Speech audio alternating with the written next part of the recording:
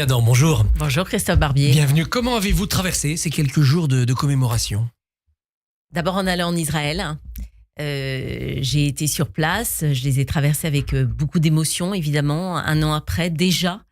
Un an après, et j'ai absolument voulu me rendre aux côtés des Français d'Israël, puisque les Français qui habitent en Israël font partie de la circonscription qui est la mienne, pour leur dire à la fois mon soutien, ma solidarité. J'y suis allée avec une délégation de parlementaires européens qui venaient de l'ensemble de l'Europe, de l'Ukraine, en passant par la Lettonie, en passant par l'Allemagne, le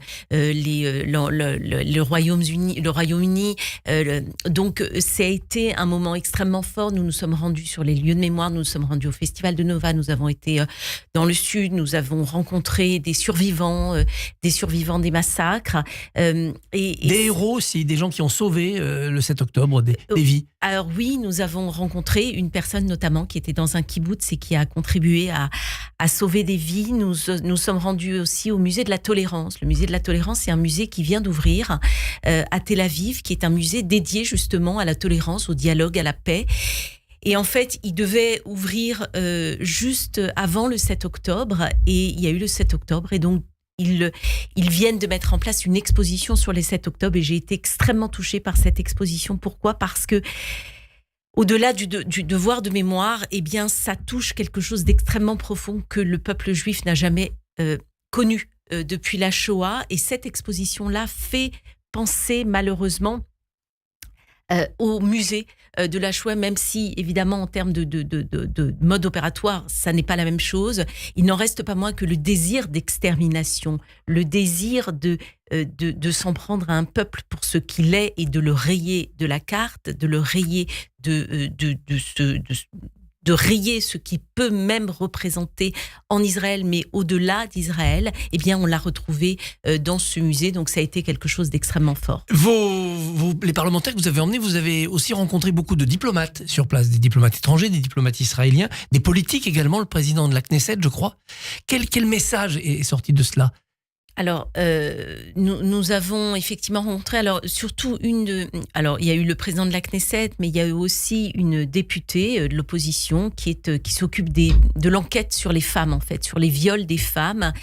Et elle nous a livré un témoignage saisissant qui est lorsque a eu lieu le 7 octobre, elle a très vite prévenu les instances internationales des viols qui avaient été commis, des mutilations sur les femmes, et elle s'est heurtée pendant plus de 3 mois à un silence total. On ne voulait pas savoir. On ne voulait pas savoir, et après le silence sont venues les interrogations et vous n'apportez pas de preuves à ce que vous avancez, alors qu'il y avait des vidéos, alors qu'il y avait des témoignages, à n'en plus pouvoir, il y avait des photos. Eh bien, elle s'est heurtée à cette volonté, à ce déni et à cette volonté de ne pas savoir, de ne pas dire. Donc ça a été extrêmement fort, puisqu'elle continue à ce jour à lutter pour que la vérité soit faite. C'est elle qui mène toutes les actions en justice également, les actions internationales.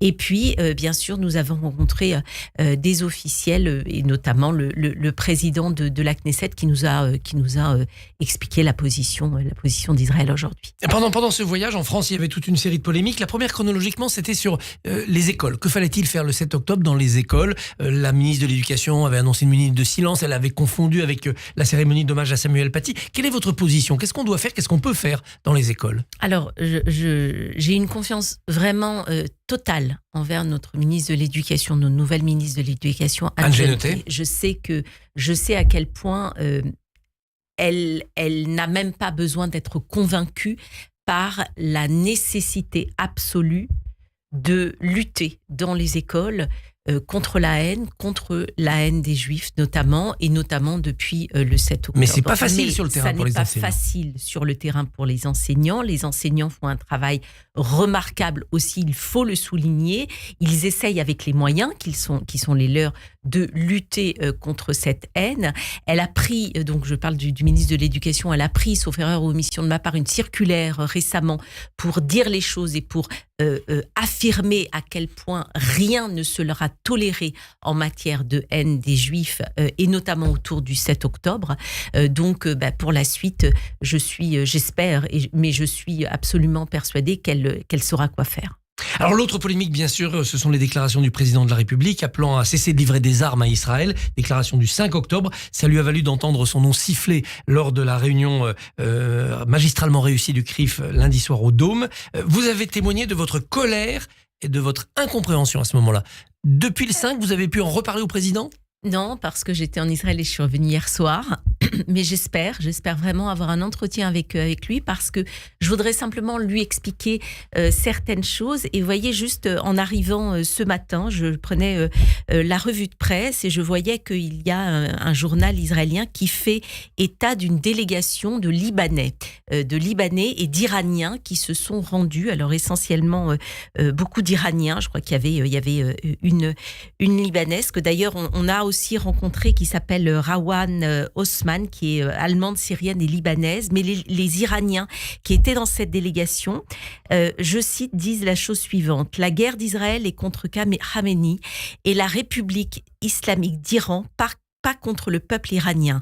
Aucun Iranien ne souhaite la guerre, mais il semble que notre seul espoir de salut réside dans une intervention militaire d'Israël. Tout ça pour dire quoi ? Tout ça pour dire que, en fait, ça semble... Pourquoi j'ai parlé d'incompréhension ? Parce que pour le peuple israélien et pour les Français qui habitent en Israël, il semble inconcevable qu'on puisse mettre sur un même plan, et c'est ce qu'on dit en réalité quand on dit on ne va plus livrer d'armes à Israël, mettre sur un même plan une organisation terroriste et Israël qui se défend contre cet islamisme-là qui touche en France et qui est notre ennemi commun. Et parler de belligérants comme s'il s'agissait de deux belligérants équivalents, pour moi, oui, ça n'est pas compréhensible. Pourquoi dire d'un côté on ne livre plus d'armes, et pourquoi dans ce cas-là continuer à financer en tout cas que l'Union européenne continue à financer la construction des tunnels, une éducation à la haine. C'est ce sur quoi il est impératif de se pencher, sans oublier, bien sûr, ces paroles-là ne nous font jamais oublier la tragédie qui se joue au niveau des populations civiles.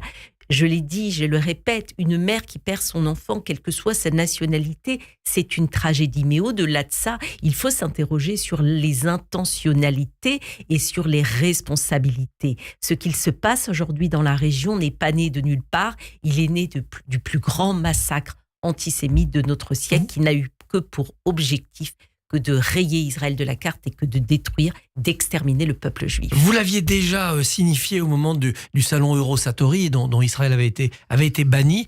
Qu'est-ce qui se passe au niveau de l'Élysée ? C'est la vieille diplomatie gaulliste, antisioniste qui est à l'œuvre. Pourquoi ces positions du président ? Écoutez, ça je ne sais pas. Il va falloir vraiment... si vous avez l'occasion de lui demander, moi je l'ai dit aussi que je n'étais pas le porte-parole de l'Élysée. En revanche, ce qui m'intéresse, c'est la position de mon groupe. Ce qui m'intéresse, c'est la position du président aussi de mon groupe parlementaire. Et sur ce point, le communiqué de Renaissance, le récent communiqué de Renaissance et le récent, communiqué, mais tweet de Gabriel Attal soutiennent de manière absolue Israël et reviennent sur ce qu'il s'est passé le 7 octobre sans aucune circonvolution et sans aucune réserve. Et ça, aujourd'hui, c'est ce qui m'intéresse. Alors, Jean-Noël Barrot, le ministre des Affaires étrangères, était sur place aussi ces derniers jours.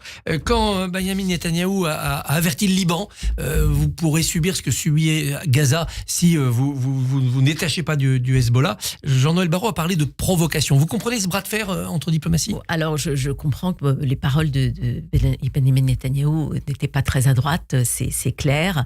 L'idée, c'est pas de faire un maximum évidemment de victimes dans la population civile, mais l'idée, pour moi, la France, en fait, si elle veut vraiment avoir un rôle dans la région, il faut qu'elle aide Israël à lutter contre le Hezbollah, à lutter contre les proxys iraniens, parce que c'est nos ennemis, en fait. Ce sont nos ennemis communs. Donc Israël est l'avant-garde, en fait. Mais bien sûr, il faut que la France aide le gouvernement libanais à reprendre possession de son territoire. Le Hezbollah veut faire de l'Iran une province Liban, une province de l'Iran.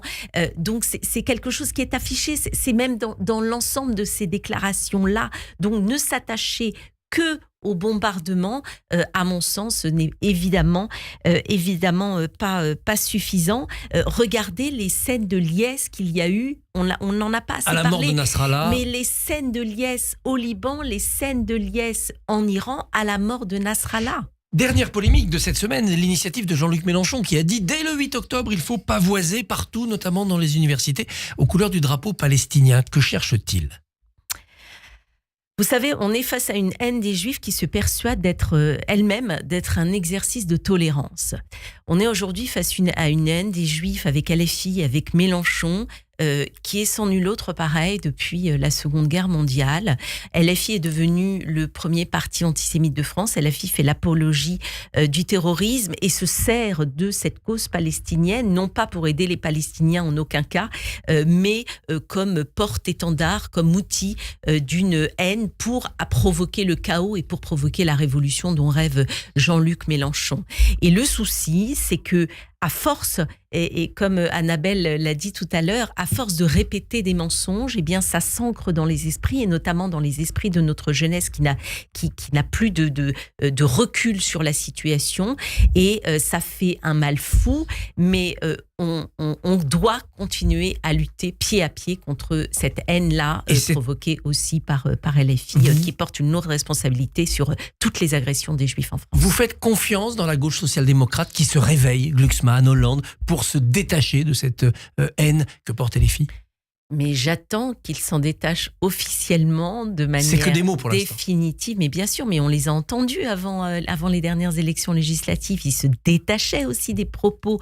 Mais j'attends un acte fort et vraiment. Et j'allais dire que c'est le nœud du problème. Pourquoi aujourd'hui il y a un problème de haine des Juifs en France qui se développe ? Parce que cette haine de Juifs est banalisée par LFI et encore plus banalisée par l'alliance contre nature du PS vis-à-vis de LFI, ce que n'a pas fait le LR. Les LR ont refusé d'aller vers Ciotti, ont refusé d'aller vers le RN et le PS contre nature rejoint Jules Guette plutôt que Jean Jaurès, et ça c'est une vraie difficulté. Donc j'attends vraiment un acte fort de Hollande et de Glucksmann et de leurs amis. Caroline Yador, merci et bonne journée. Merci Christophe. Merci beaucoup Christophe. On vous retrouve demain. Votre invité sera le journaliste Guillaume Durand. Radio J. Retrouvez